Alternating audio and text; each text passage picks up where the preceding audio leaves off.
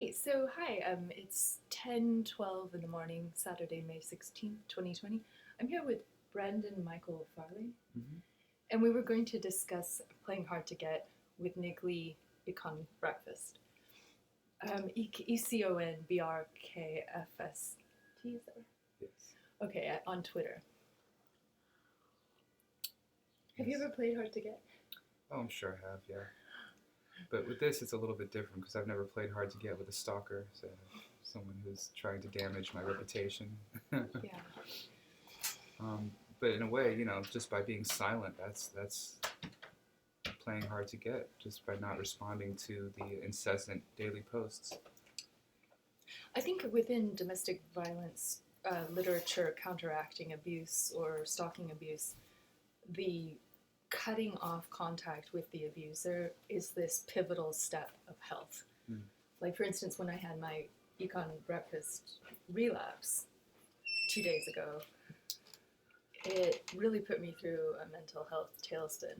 Like, I felt a lot of anxiety. I felt like I could handle it, but then I overestimated my ability to handle the incessant Twitter abuse and digital stalking.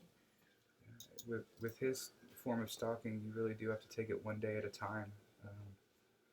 And he'll say that, yeah, oh, you can just not watch his Twitter feed. He's made mention of that recently, but no, that's not that easy because when you're tagging, people with their Twitter handles, and then other people who don't have you blocked are responding to this, then I'm getting those notifications, and it's like usually something like, oh, Brandon Farley's a scum or something, and Mm-hmm. how do I respond to that? There's someone who's constantly trying to ruin my reputation. Right, and then like in terms of job prospects, you could have I'm trying to get this job, and why are there like 1,000 posts linking you to this person who Yeah, right. has ties to You could probably, extreme.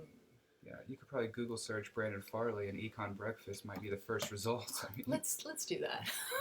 Let's see what happens. Because the thing I'm really fascinated by are Google images, because clearly Econ Breakfast is like obsessed with making sure the Google. And to me, it's like I've worked very hard to make Brain Garbage what it is over the years. So having someone just sort of pirate my identity as a Google bomb, in a way, I maybe have done the same thing when I'm young and desperate. Maybe I have. So maybe I understand where he's coming from a certain extent. But it is kind of a, see, I mean, really, it's a kind of almost like an intellectual property issue at the point that people will assume that I'm his friend. People will assume we had a falling out, that we dated or something. And yeah, that's defamatory yeah. because I don't know who this person is. I And he'll just, put anyone in the light of an abuser because as this constant victim, and that's his way of attacking people is by turning into the perceived victim right. and turning them into the abuser, even when.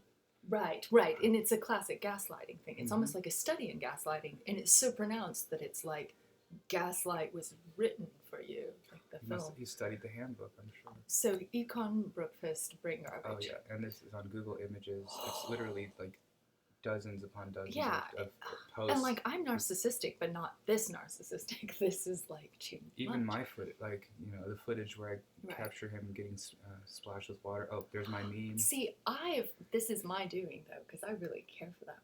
I think it's quite smashing, but that's just personal. So, oh, but here's Anne Frank in the World, an essay I wrote. And see, the brilliance of the internet is almost like I feel this is a little claustrophobic. Let me move this chair a bit. I still let me move just slightly.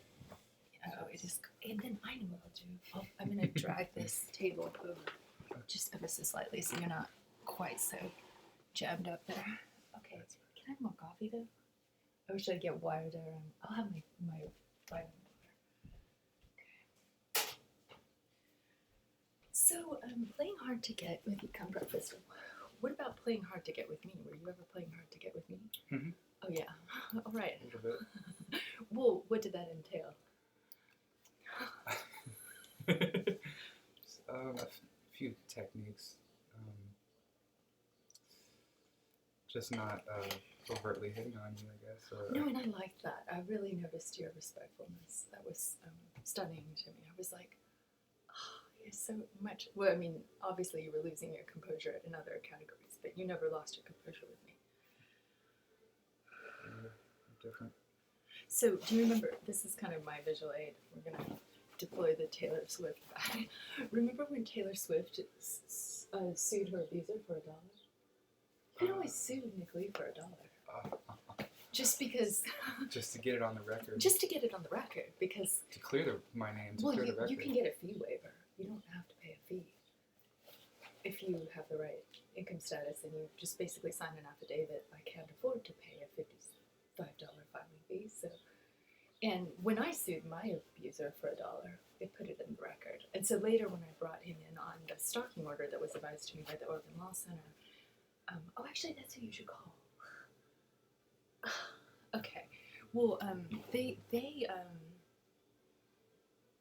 judge was just like, well, you have a lawsuit, which basically I was convinced that my abuser would be so loath to settle that suit because that would be almost an admission of wrongdoing. It would be like, I can't win. Of course I attacked you. You know it. I know it. We were both there.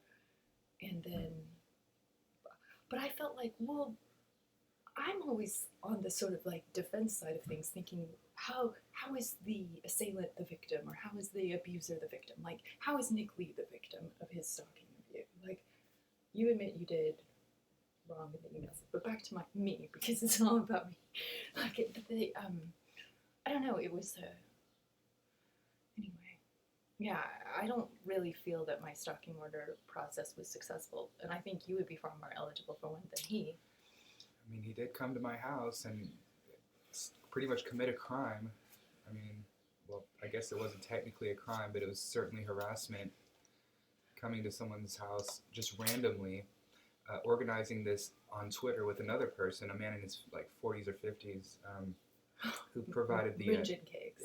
Yeah, who provided the technology and the technical support to basically, terrorize my neighborhood with slanderous lies of a projector right on my building. Well, and one of the first things you say in the footage is, don't get me kicked out of my housing, or don't jeopardize my housing, which I think that's exactly what they're planning on doing. And so by making this, goofy web trail, that could jeopardize a job or whatever. And to me, I've been working with adverse publicity for so long that it is kind of rolling off my back a little. And I think you have a theater of the absurd style that is, oh my God, I feel like I'm being sort of socially awkward.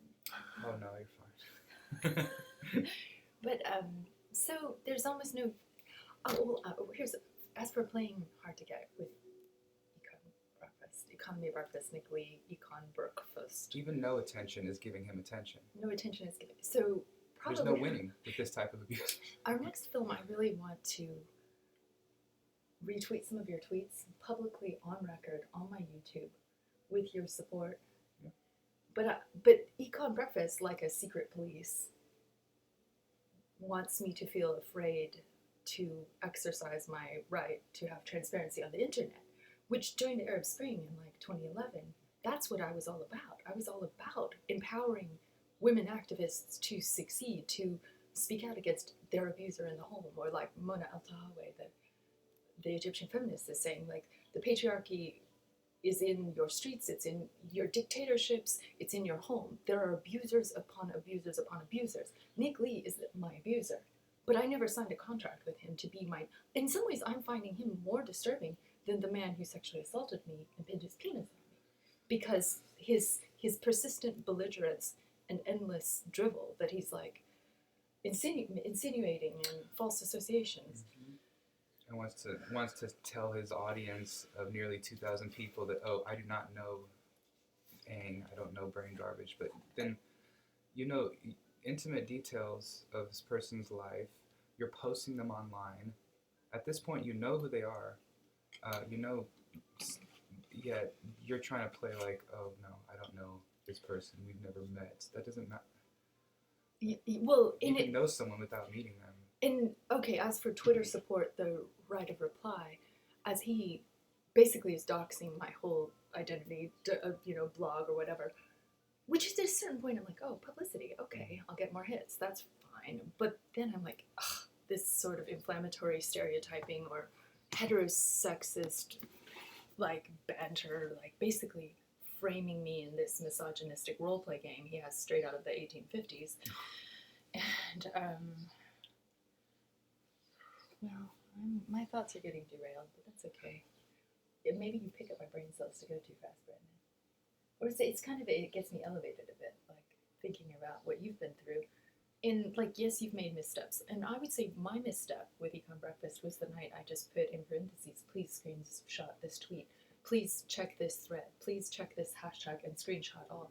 Because I was like, okay, if you're going to do this to me, I can show you some of my resumes. Like, I covered this trial in 2016. I covered this trial. Like, no, it's just like a satirical response to his incessant screen capturing of every single one of our posts. I mean, which, if the FBI doesn't know about him, they should know about his skills. I think if we can teach him Arabic and like send him into like some kind, he has take him to the CIA. A tenaciousness that could be more useful than inflammatory. I mean, his judgment making skills his capacity for judgment calls. I think are disturbing.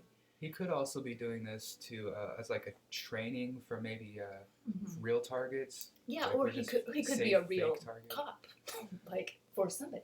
He might need the FBI delusional stuff. enough to think that he can get into the police force, and this is just his way of sucking up to the. I mean, because. Or maybe we should hire him for our agency. Mm-hmm. Maybe we're like this. We're some kind of trifecta of craziness. Right. I mean. Probably on his account right now. But I will settle with an apology from Nick Lee, and we can move on. Even collaborate. Like, he's a good editor. I see him at all the protests. Like, we don't have to have this adversarial relationship. I don't want to fight with you, Econ Breakfast. Yeah. I'm okay with getting along if you can acknowledge your abusive behavior. I've acknowledged that my emails were treacherous, and I did apologize for that. But I also feel that it was more of a response to just being relentlessly targeted and defamed and house stalked. I mean, what else am I supposed to do? Like, this person is clearly obsessed with me, and I was trying to turn it into a joke to make it less humiliating, I guess. But that was wrong. And I just want to see Econ admit fault too. Like, he's not, doesn't have the moral high ground. Like, yeah, and I think at the point that everybody's in the mud, slinging the mud, somebody, like, there has to be a point, I would hope, a point of transcendence when somebody can choose the high ground. Like, for me, what I experienced in my stalking case, my recent stalking case, is that he wanted to get as low as you could go. It was, it's already clear you're as low as you can go when you've assaulted someone, preying on them for a job. Like, I want to hire you. Oh, no, I'm assaulting you. So he is like, oh, well, I'm going to get your medical records to prove that you're already crazy. That's classic gaslighting. So I think Nick Lee is not taking acknowledgement about how the home stalking triggered in you basically coping strategies of cover for your abuser, don't make a big deal, don't participate in the snitch culture, be forgiving. And that's really where it all started, was the home stalking. Because then for several months after that, after he doxed me on Twitter, people were coming to my neighborhood, posting flyers, posting stickers, and writing like just awful slanderous lies, vandalizing the traffic box, the street signs, all over. And that could get me evicted.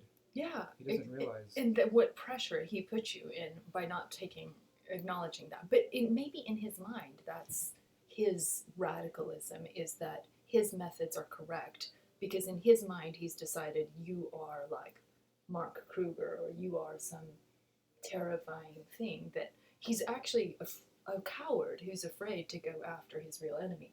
So you're this sort of nice middle ground hippie from the Midwest who's like, WTF, radicalism in Portland.